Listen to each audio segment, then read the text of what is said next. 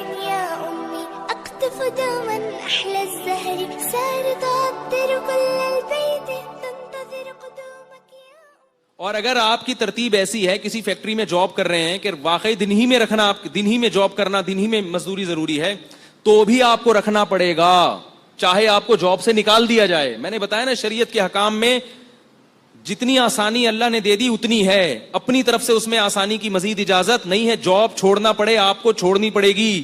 Job کوئی ایسا عذر نہیں ہے جس کی وجہ سے روزہ رکھنا آپ کے لیے، روزہ چھوڑنا آپ کے لیے جائز ہو جائے. اور یاد رکھو ایک بات خوب اچھی طرح سمجھ لو کہ اللہ نے اسلام کے جو 5 ارکان بیان کی ہیں جس پہ اسلام کی بنیاد قائم ہے، اس میں تیسرا رکن روزہ ہے، اور توحید کے لحاظ سے چوتھا رکن روزہ ہے، نماز، زکوٰۃ اور روزہ.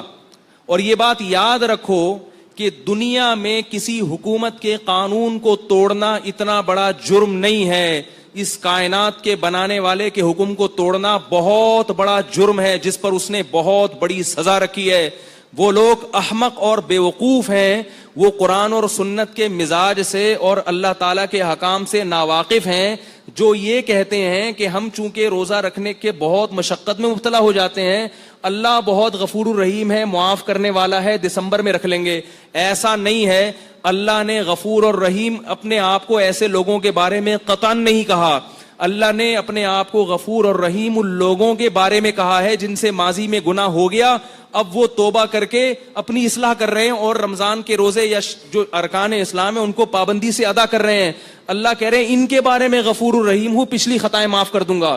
جو اللہ کو غفور الرحیم سمجھ کے گناہ کر رہا ہے اس کے بارے میں اللہ نے دھمکیاں دی ہیں. قل لعبادی انی انا الغفور الرحیم وان عذابی هو العذاب العلیم. میرا عذاب بہت دردناک ہے.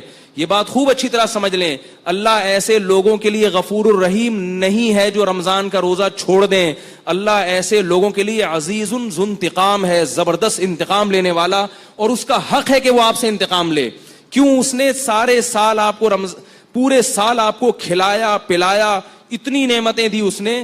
ہم اگر صرف خوراک پر غور کریں، خوراک پر کتنا کھاتے ہیں، کھا کھا کے بیمار ہو جاتے ہیں. کیا اس کا یہ حق نہیں ہے کہ وہ 1 مہینہ صرف دن کی روشنی میں آپ پر کھانے کی پابندی لگا دے اور آپ کہیں گے نہیں میرے لیے یہ عمل بہت مشکل ہے؟ وہ عذاب دے گا اس پر. اس میں یہ دماغ سے نکال دیں کہ اللہ کی رحمت کی امیدیں لگا کے بیٹھ جائیں کہ میں مزدور ہوں، میں یوں ہوں، میرے سے ہوتا نہیں، میرے تو یہ کرنا ہے، میرے تو ڈرائیور ہوں، میں تو. پچھلے سال دبئی میں ایک صاحب آئے، انہوں نے کہا میں ریگستان میں کام کرتا ہوں، دبئی کی گرمی اور ریگستان، اور کہہ رہے ہیں 10 بجے حالت خراب ہو جاتی ہے، کیا میں روزہ چھوڑ سکتا ہوں؟ میں نے کہا روزہ بولو بھائی، نہیں چھوڑ سکتے. کہہ رہے جاب جائے گی. میں نے کہا جائے جاب. اگر چھوڑ دیا آپ نے ریگستان کی گرمی کی وجہ سے روزہ، غامدی کی باتوں میں آ کے، خدا انتقام لے گا، یہ بتا دوں آپ سے. ایسا نہیں ہے. دنیا میں کوئی حکومت ایسی نہیں ہے جو قانون بنائے اور پھر کہے جس سے دل چاہے عمل کرے، جس کا دل چاہے عمل نہ کرے. آرمی میں دیکھا آپ نے کہ صبح آپ اپنے آفس پہنچے اور شلوار قمیض میں پہنچ جائیں. آپ بولے ایکچولی میری پینٹ کیونکہ دھلی ہوئی نہیں تھی، میری شرٹ کیونکہ دھلی ہوئی نہیں تھی، آرمی والے نکال دیں گے باہر. آپ کو بولیں گے آپ کو پریڈ میں کھڑے ہونے کی اجازت نہیں ہے. آپ کہیں اصل میں یوں تھا، آپ کو کہ جاؤ دفعہ ہو یہاں سے، بھاگو یہاں سے، اجازت نہیں ہے آپ کو گھسنے کی. اس لیے کہ آرمی کا ایک ڈسپلن ہے. ہاں جس میں ڈسپلن نہیں ہوتا کوئی، وہ خود ہی اس کو اپنے حکام کی اہمیت نہیں ہوتی، وہ کہتا ہے یوں کر لو تو یوں کر لو، جیسے مرضی کرو. تو یاد رکھو آرمی کی اتنی طاقت نہیں ہے، آرمی کا اتنا ڈسپلن نہیں ہے جتنا اس کائنات کو چلانے والے کا ہے. اس نے جب ایک قانون بنا دیا تو وہ پتھر پہ لکیر بن گیا ہے. اب آپ کو روزہ رکھنا پڑے گا. اگر آپ نہیں رکھتے اللہ کو غفور الرحیم سمجھ کے تو اللہ کے عذاب کے لیے تیار رہو. پھر عذاب کے اللہ نے قوم عاد اور قوم سمود کو تباہ و برباد کیا. اللہ نے قوم لوط کو تباہ و برباد کیا. اللہ تعالیٰ نے فرعون کو تباہ و برباد کیا. اور ان سب میں قدر مشترک چیز کیا تھی؟ نبی کے حکم کی نافرمانی، اللہ کے حکم کی نافرمانی. تو آپ کو روزہ چھوڑنے کی قطعاً اجازت بولو بھائی نہیں ہے. اللہ کے غضب کو دعوت مت دو.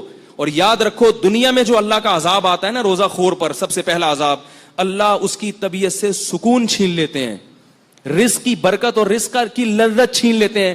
روزہ خوروں کے چہروں پر نحوست سے پتہ چلتا ہے کہ یہ سکون میں نہیں ہے. کیا ہو جائے گا 2 وقت کھا کے؟ کیا مل جائے گا آپ کو؟ بھائی صبر کر لو تھوڑا سا. جب ڈاکٹر شوگر کے مریض سے مٹھائی چھڑواتا ہے، ساری زندگی کے لیے مریض چھوڑ دیتا ہے کہ نہیں چھوڑ دیتا؟ اللہ آپ سے کچھ بھی نہیں چھڑوا رہا, صرف صبح صادق سے لے کے غروب آفتاب تک پابندی کا حکم دے رہا ہے. تو اپنے حال پہ ترس کھائیں, اپنے حال پہ رحم کریں. اللہ کو اس معاملے میں غفور اور رحیم نہ سمجھیں, یہ بہت بڑا دھوکہ ہے جو شیطان نے دل میں ڈال دیا ہے. قرآن میں اللہ کا آرڈر ہے, کتب علیکم الصیام, اے ایمان والو تم پر رمضان کے روزے فرض ہیں. فرض کا لفظ اللہ نے استعمال کیا ہے, فرض کا لفظ. اور یہ بھی فرمایا ان الذین یکسبون الاثم, جو اللہ کے حکم کو پورا نہیں کر رہے, سیجزون بما کانوا یقترفون, عن قریب سزا ملنے والی ہے.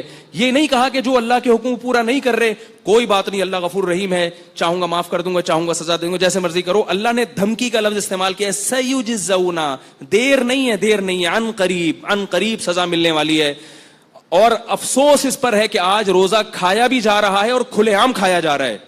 اور یہ بیوقوف سمجھتا ہے کہ مجھ پر چونکہ اللہ کا عذاب نہیں آ رہا, مجھ پر چونکہ اللہ کا عذاب نہیں آ رہا لہذا اگلے سال بھی کھاؤں گا. تو میرے بھائی, لوط علیہ السلام کی قوم پر بھی اللہ کا عذاب اس وقت نہیں آیا جب لوط علیہ السلام اس قوم کو سمجھا رہے تھے. قوم عاد پر بھی اس وقت اللہ کا عذاب نہیں آیا جب قوم عاد کو ان کے نبی سمجھا رہے تھے. سنستدرجہم من حیث لا یعلمون, اللہ فرماتے ہیں ہم ان نافرمانوں کو ایسے ڈھیل دیں گے کہ ان کو پتہ بھی نہیں چلے گا. اللہ کی عادت ہے کہ جب کوئی اللہ کی نافرمانی کرتا ہے, عادت یہ ہے, اور اس پہ اکڑتا بھی ہے, تو اللہ اس کو ڈھیل دیتے ہیں, اس کے لیے نافرمانی کے دروازے مزید کھول دیتے ہیں کہ کر لے, جی بھر کے کر لے, جہنم میں نے تیرے لیے تیار کر کے رکھی ہے, تو جی بھر کے کر لے, یہ حسرت نہ رہے کہ میں نے نہیں کی.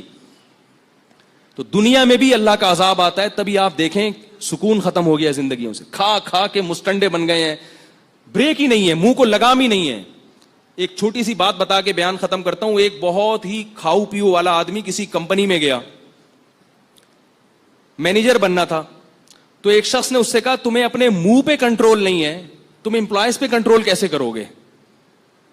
تو یاد رکھو, جس آدمی کو اپنے منہ پہ کنٹرول نہیں ہے نا, ہر وقت بکریوں کی طرح کھاتا رہتا ہے, وہ دنیا میں کوئی بھی کام نہیں کر سکتا. تو چھوڑ دو اللہ کی خاطر. لوگ یہ کہتے ہیں ہم سے پڑھائی نہیں ہو رہی, بوریت ہو رہی, سوتے ہوئے گزار دو, کوئی مسئلہ نہیں ہے, کھانے کی اجازت نہیں ہے. ہاں رمضان کو کوشش کریں کارآمد بنائیں, نہیں سوئیں. لیکن اگر کچھ بھی نہیں ہو رہا تو بھائی یہ جو بھوکے پیاسے رہ گئے نا آپ صبح صادق سے لے کے غروب آفتاب تک, تو سمجھ لو بہت کچھ ہو رہا ہے آپ سے.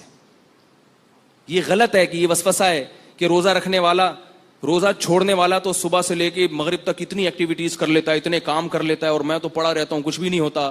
اس نے کچھ نہیں کیا, آپ نے بہت کچھ کر لیا. جب دل چاہ رہا ہو کھانے پینے کا, اس وقت کھانا پینا چھوڑ دینا یہ بہت بڑا کام ہے, کیونکہ ہم یہ کس کے لیے چھوڑ رہے ہیں؟ اللہ کے لیے چھوڑ رہے ہیں. تو اس پر اللہ کی طرف سے خوشخبریاں بھی ہیں, اور رمضان کا روزہ چھوڑنے پر اللہ کی طرف سے عذاب بھی ہے. اس میں اللہ کو غفور الرحیم سمجھنے کی چندہ ضرورت نہیں ہے. عذاب ہے, اس پر وعیدیں ہیں, رحمتیں نہیں ہیں. اللہ تعالیٰ مجھے بھی اس حکم کی پابندی کی توفیق عطا فرمائے اور آپ حضرات کو بھی.